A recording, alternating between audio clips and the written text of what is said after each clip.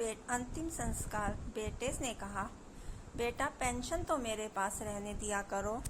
पर उन तीनों ने टका सा जवाब दे दिया कि इस उम्र में पैसे का क्या करोगी, बना बनाया खाना मिलता है।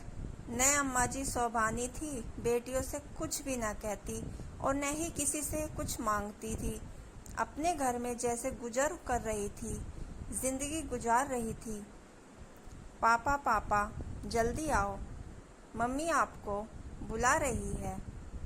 7 वर्षीय रोहन ने आकर राकेश से कहा, क्या हुआ, क्यों बुला रही है? राकेश ने बेटे से पूछा। वो दादी बोलती नहीं, रोहन बोला। क्या? राकेश परेशान हो अम्मा के कमरे की ओर भागा। क्या हुआ अम्मा को? उसने अपनी पत्नी सुमन से पूछा, जो कमरे में पहले से ही अम्मा के पास थी। देखो न अम्मा को कुछ बोलती नहीं। राकेश ने अम्मा को हाथ लगाकर उठाना चाहा, मगर ये क्या, अम्मा के तन में कोई हरकत ही न थी।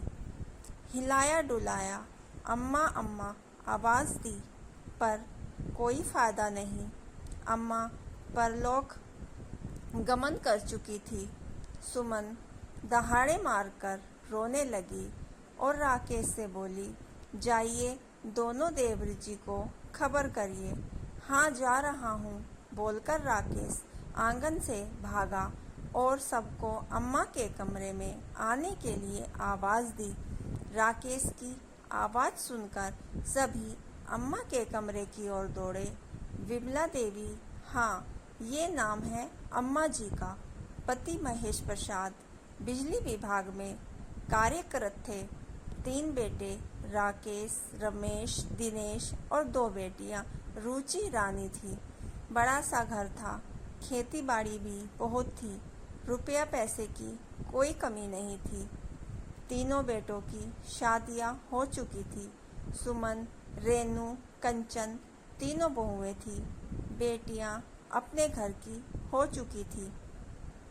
3 बेटे, बहू, पोते पोती से भरपूर परिवार था अम्मा जी का।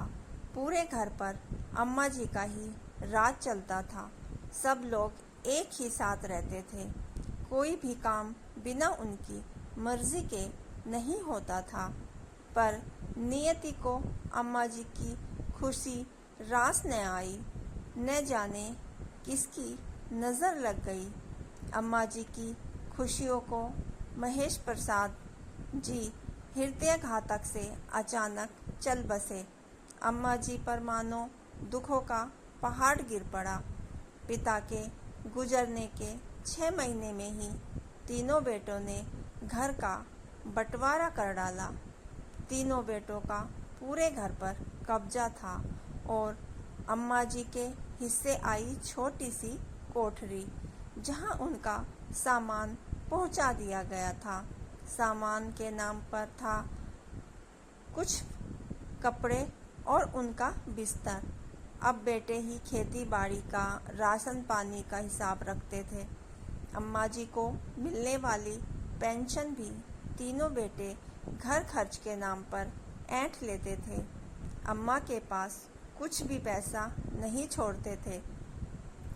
अम्मा जी का खाने पीने का भी बंटवारा हो गया था। सुबह की चाय नाश्ता बड़ी बहू, दोपहर का खाना मंझली बहू और रात का खाना छोटी बहू के यहाँ मिलता था। वो भी एक बार परोसने के बाद दोबारा कोई न पूछता था। अम्मा जी तीनों बहुओं के काम करती थी, मगर अपनी इच्छा से कुछ न खा सकती थी, न ही किसी सामान को हाथ लगा सकती थी। अगर घर में कोई मेहमान आ जाए तो अम्मा जी को अपने कमरे में ही रहने की सख्त हिदायत थी। अगर भूल से भी मेहमान के आने पर सामने आ जाए तो तानों की बौछार शुरू हो जाती। एक बार बड़ी बहू के कोई रिश्तेदार आए थे। अम्मा जी वहीं बैठकर सब्जी काट रही थी। मेहमान के आग्रह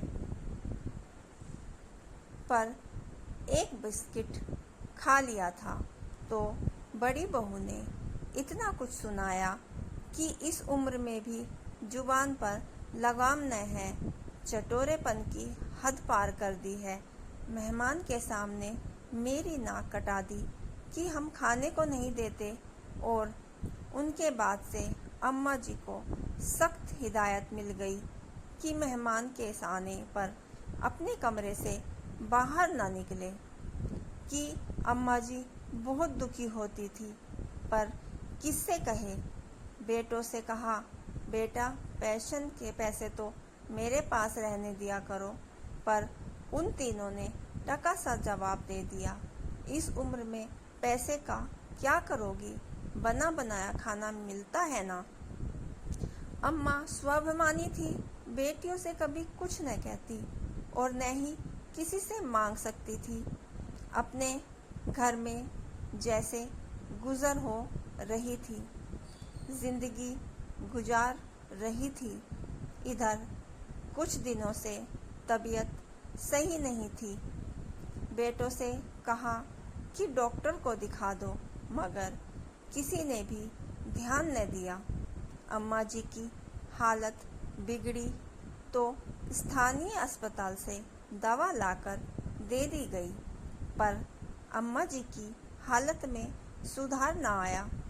बहुओं को सिवाय अपने समय का खाना पहुंचाने के सिवा कोई मतलब ही न था।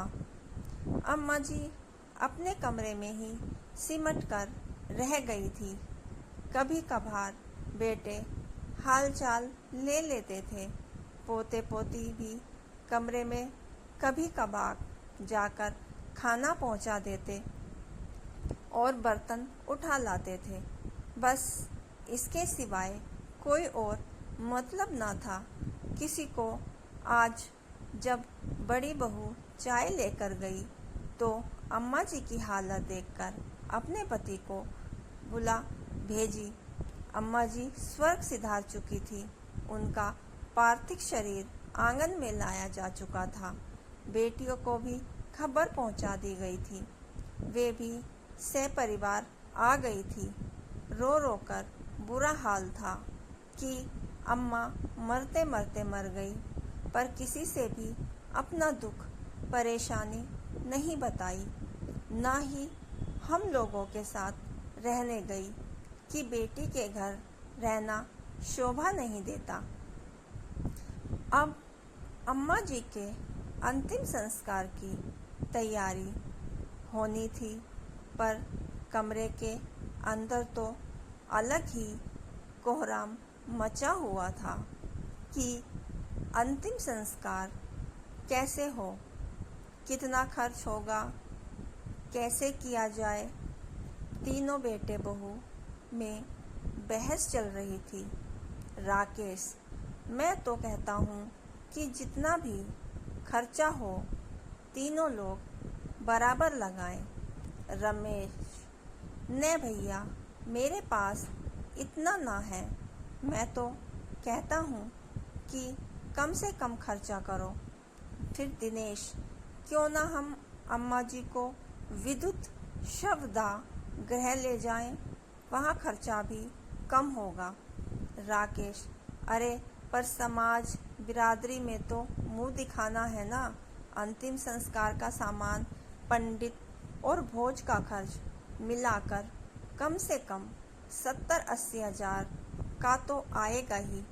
रमेश, पर अभी मेरे पास इतना पैसा नहीं है, आप लोग लगा दो, मुझसे बाद में ले लेना।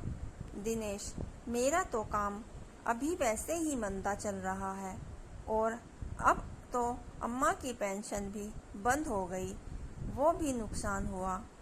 बाहर सब सामान के आने का इंतज़ार कर रहे थे और अंदर खर्च कौन करे, इस पर बहस चल रही थी।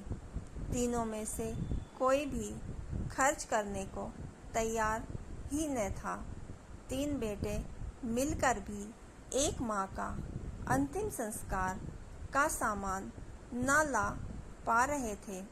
बहस की आवाज़ बाहर तक आ रही थी। दोपहर हो रही थी पर कोई नतीजा न निकला। अम्मा जी का पार्थिव शरीर अंतिम विदाई का इंतज़ार कर रहा था। लोगों में कानाफूसी शुरू हो गई। तभी किसी व्यक्ति ने आकर राकेश को आवाज़ दी।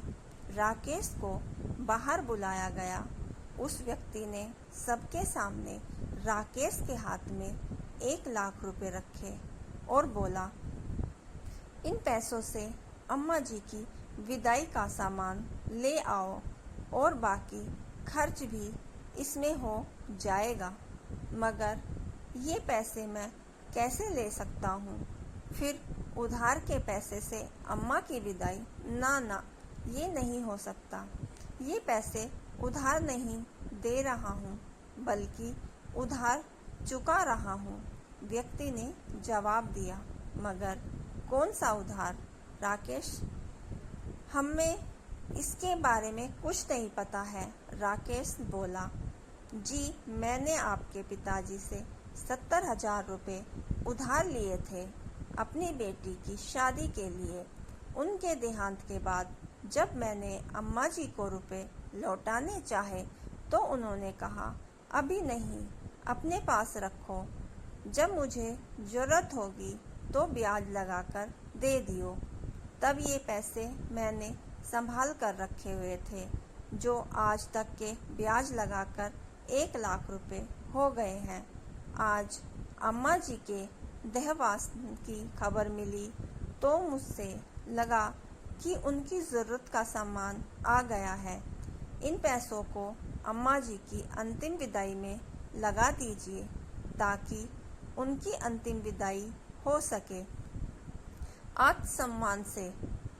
वाह, अम्मा जी बड़ी ही स्वाभिमानी महिला थी। अपनी अंतिम विदाई का भी इंतज़ाम कर रखी थी। किसी पर भार ना पड़े, वो सम्मान से विदाई ले सकें इस संसार से। वहाँ उपस्थित लोगों में से एक व्यक्ति ने ये बात कही। सभी की आंखें नम थी और तीनों बेटे बहुओं के सर शर्म से झुके हुए थे। दोस्तों, कहानी कैसी लगी कमेंट बॉक्स में ज़रूर बताइए और हमारे चैनल को लाइक और सब्सक्राइब करना ना भूलें। धन्यवाद।